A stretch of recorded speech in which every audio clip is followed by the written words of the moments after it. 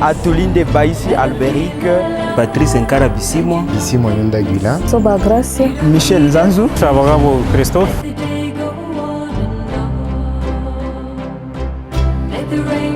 Aujourd'hui, nous vous avons conviés dans nos installations et pour faire une cartographie des sites d'exploitation des incubés, mais aussi recueillir les difficultés que rencontrent les incubés dans le cadre d'une grande activité que nous organisons annuellement au sein de notre incubateur de l'INPP.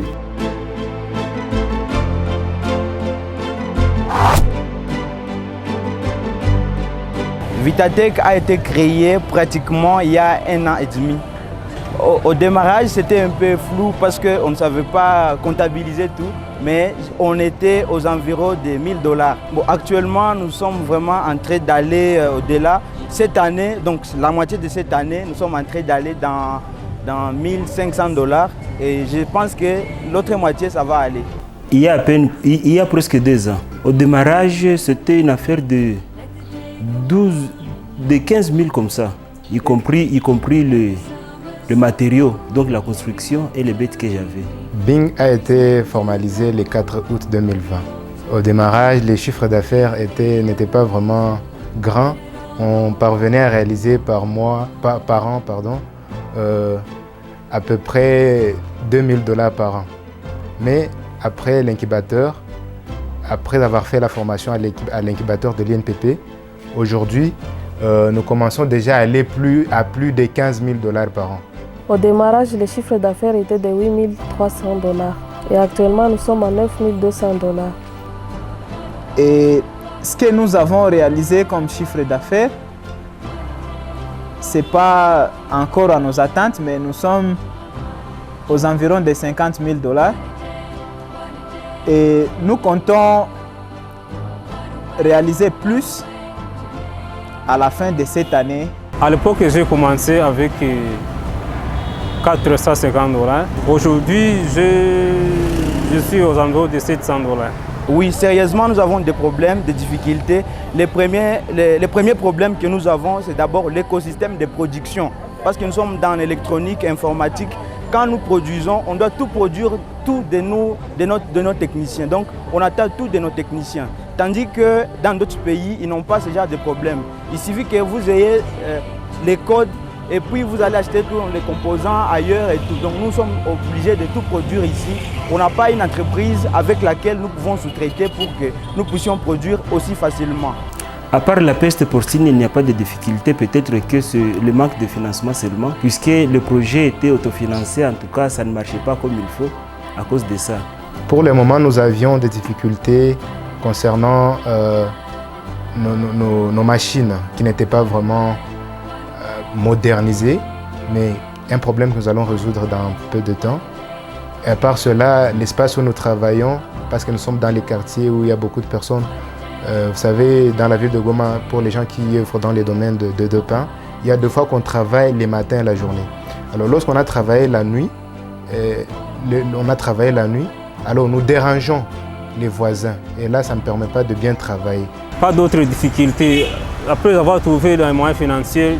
Les difficultés que nous rencontrons, c'est que parfois nous avons du mal à acheter la nourriture parce que la nourriture des poules, ça coûte cher parce que ça vient du Rwanda. Alors nous voulons aussi nous-mêmes commencer à fabriquer la nourriture. Et nous avons aussi raté le concours des COPA à cause de la santé. Nous n'étions pas en bonne santé pour bien postuler. Nous avons également fait 9 mois sans produire à cause des difficultés de finances. Actuellement, les difficultés que nous rencontrons sont d'ordre administratif.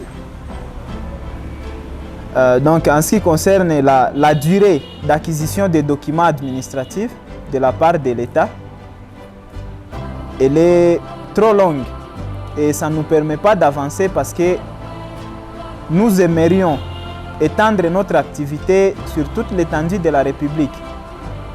Mais nous sommes un peu freinés vu que les documents traînent un peu. Bon, à l'encadrement, vraiment, je ne peux pas les décrire avec les mots parce que c'est l'INPP, ça m'a ouvert la route de l'entrepreneuriat. Personnellement, j'étais nul, j'étais un simple technicien qui ne savait pas quoi faire et maintenant je suis ouvert dans le monde entrepreneurial et je vois ma société en train d'évoluer grâce à des relations que j'ai réussi de l'INPP, grâce à la formation, à des compétences que j'ai développées de l'INPP. Mais vraiment, je ne peux pas le décrire avec les mots. Ça m'a beaucoup aidé et ça a aidé beaucoup ma société. Et je pense que ça va beaucoup plus nous aider parce que nous ne sommes pas au bout de notre encadrement. C'est pour ce que j'ai appris qu'un entrepreneur ne s'arrête jamais.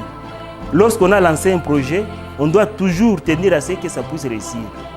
Et comme j'ai déjà le bâtiment, en tout cas, je crois que c'est ça la difficulté qu'un éleveur doit avoir.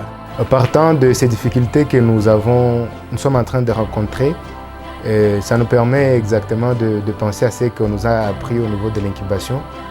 C'est pourquoi on est en train de multiplier nos sources de revenus pour essayer de satisfaire à tous ces besoins qui sont là, qui se présentent. L'incubateur de l'INPP, c'est un bon incubateur qui a beaucoup de force. Il nous a appris comment on doit faire notre business plan, comment nous devons le mettre à jour.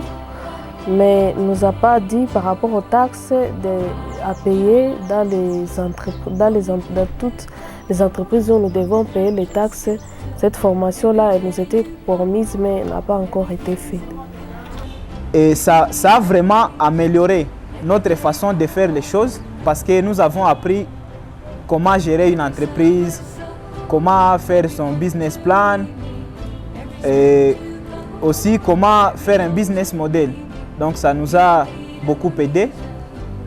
Il y a aussi l'accompagnement sur le plan administratif.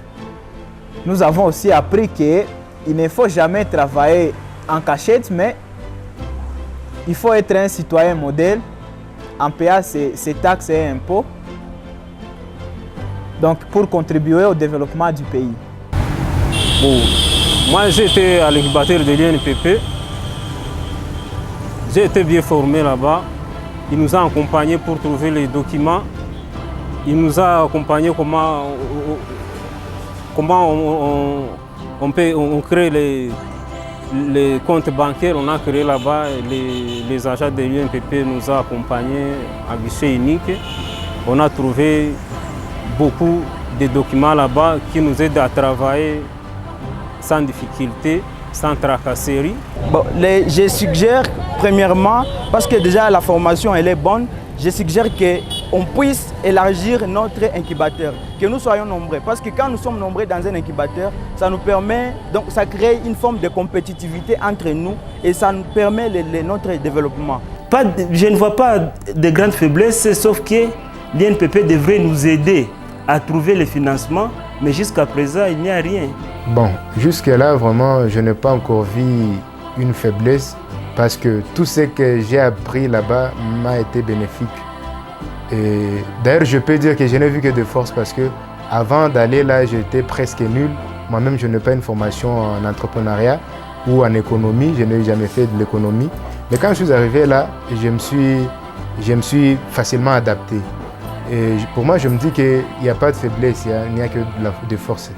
Les entreprises où nous devons payer les taxes, cette formation-là, elle nous était promise, mais elle n'a pas encore été faite. Bon, je remercie vraiment l'INPP de nous avoir encadrés parce qu'ils ne comptent pas sur ce qu'ils peuvent gagner directement chez nous et ils nous montrent que notre évolution, c'est leur souci. Donc ça, je les remercie. Le mot de la fin, c'est le mot de remerciement. Puisque je vois il y a 2 ans, l'INPP est toujours soucié de savoir comment nous évoluons. En tout cas, je suis très reconnaissant et à chaque fois que nous toquons à l'INPP, on est toujours recueillis comme les enfants de là-bas. Je dis encore merci à l'incubateur INPP de voir qu'ils nous avaient accompagnés dès le début. Aujourd'hui, nous avons déjà une année, nous accompagnent encore. Nous disons merci. Les idées étaient nombreuses, mais nous remercions l'INPP. Mais aussi, nous n'avons pas oublié le directeur provincial, Josué Barouani Massoudi, qui nous a encouragés par l'idée qui nous disait que nous pouvons faire une richesse pour le pays. Et c'est ce que nous sommes en train de faire. C'est en fait ce cadre général qui circonscrit la motivation des autorités de l'INPP Nord Kivu, le directeur provincial Josué Massoudi Barouani, avec l'ajout technique et l'ajout administratif, pour que ces activités qui se veulent annuelles puissent se réaliser et aussi recueillir ou voir si ce que nous faisons, notre accompagnement produit vraiment des bons résultats.